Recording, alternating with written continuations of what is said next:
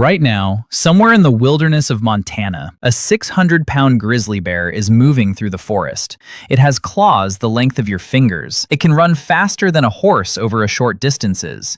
It has crushed elk skulls with a single bite. It has survived winters that would kill most animals on this planet. And yet, if that bear catches your scent on the wind before it sees you, it will stop completely, reverse direction, and quietly disappear into the trees. Not because it's full, not because you surprised it, but because something deep inside its brain, something ancient and hardwired and completely outside its control, is screaming at it. Leave. Now. Don't engage. The question is, why? Because on paper, this makes absolutely no sense. You're soft, you're slow, you have no claws, no venom, no armor, no natural weapons of any real consequence. A lion could end you in under 10 seconds. A saltwater crocodile doesn't even need to try. And yet, apex predators across the world, lions, tigers, wolves, bears, leopards, consistently avoid healthy adult humans unless cornered, starved, or provoked beyond their threshold. Wildlife biologists have studied this pattern for decades, and what they found isn't what anyone expected. The fear isn't learned. It isn't trained. In many cases, it's built in. Here's the thing most people get wrong. They assume animals avoid humans because we're dangerous in an obvious way.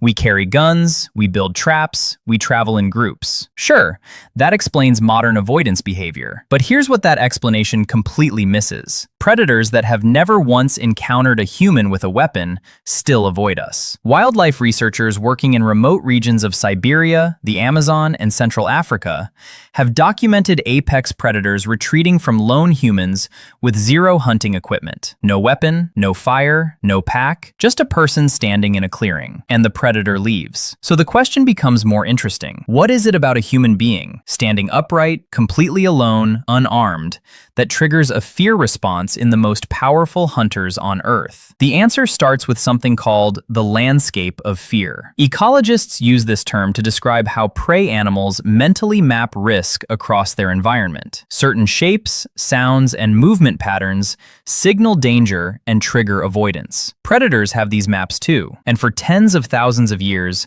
the human silhouette, upright, two-legged, eerily still, head disproportionately large, registered on those maps as something to avoid at all costs. Not because of what we were, because of what we did. For the vast majority of human evolutionary history, we were the most relentless, patient, and psychologically unpredictable hunters this planet had ever produced. We didn't chase prey to exhaustion once. We did it every single day. We coordinated across distances without making a sound. We returned to the same hunting grounds for generations. We killed animals 3 times our size using nothing but patience, strategy, and tools made from other dead animals. And every apex predator whose ancestors shared territory with us either learned to fear that silhouette or didn't survive long enough to pass their genes on. But there's a second layer to this, and this one is stranger. Researchers studying predator-prey interactions have identified something remarkable about how large carnivores respond specifically to the human voice.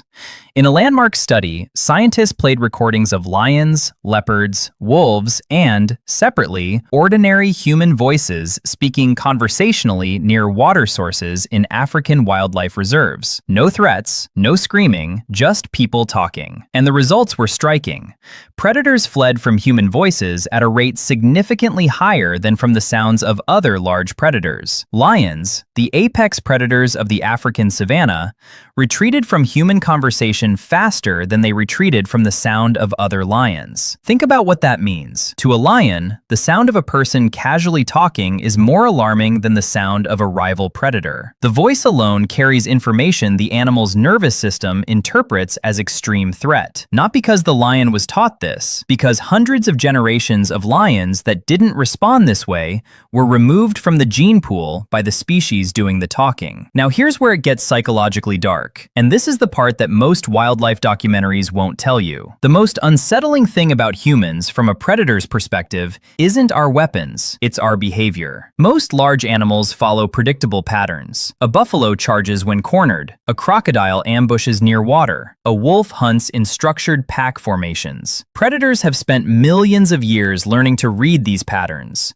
They understand the behavioral language of almost every animal they encounter. But humans don't follow the script. We walk directly toward danger. We stand our ground against animals 5 times our size. We make sustained, unblinking eye contact, a behavior that, in almost every other species on Earth, signals either dominance or psychotic aggression. We approach dead animals we didn't kill. We make fire and then sit inside it calmly. We produce sounds, tools, and behaviors that exist nowhere else in the natural world. To a predator built on pattern recognition, a human being in the wild is a walking anomaly. And in nature, anomalies are not curiosities, they are warnings. The bear doesn't know why you make it uneasy. Evolution didn't give it a manual, it just gave it a rule. And the rule is simple. That thing has been the last thing too many of us ever saw. Don't find out why. And here's the part that should genuinely stop you for a second. We did this, not through technology, not through civilization. We did it with nothing but time, consistency, and a level of lethality so deeply embedded into our evolutionary history that the entire animal kingdom encoded it as a warning signal before we even developed written language. The most dangerous predators on Earth didn't learn to fear us because of what we built. They learned to fear us because of what we are, what we've always been. Long before the gun, the trap, or the fence, the most feared creature in the natural world was a hairless primate, walking upright, alone in the dark. And somewhere in the back of every predator's brain, that information is still there, quiet, permanent, passed down through every generation that made the right call and walked the other way.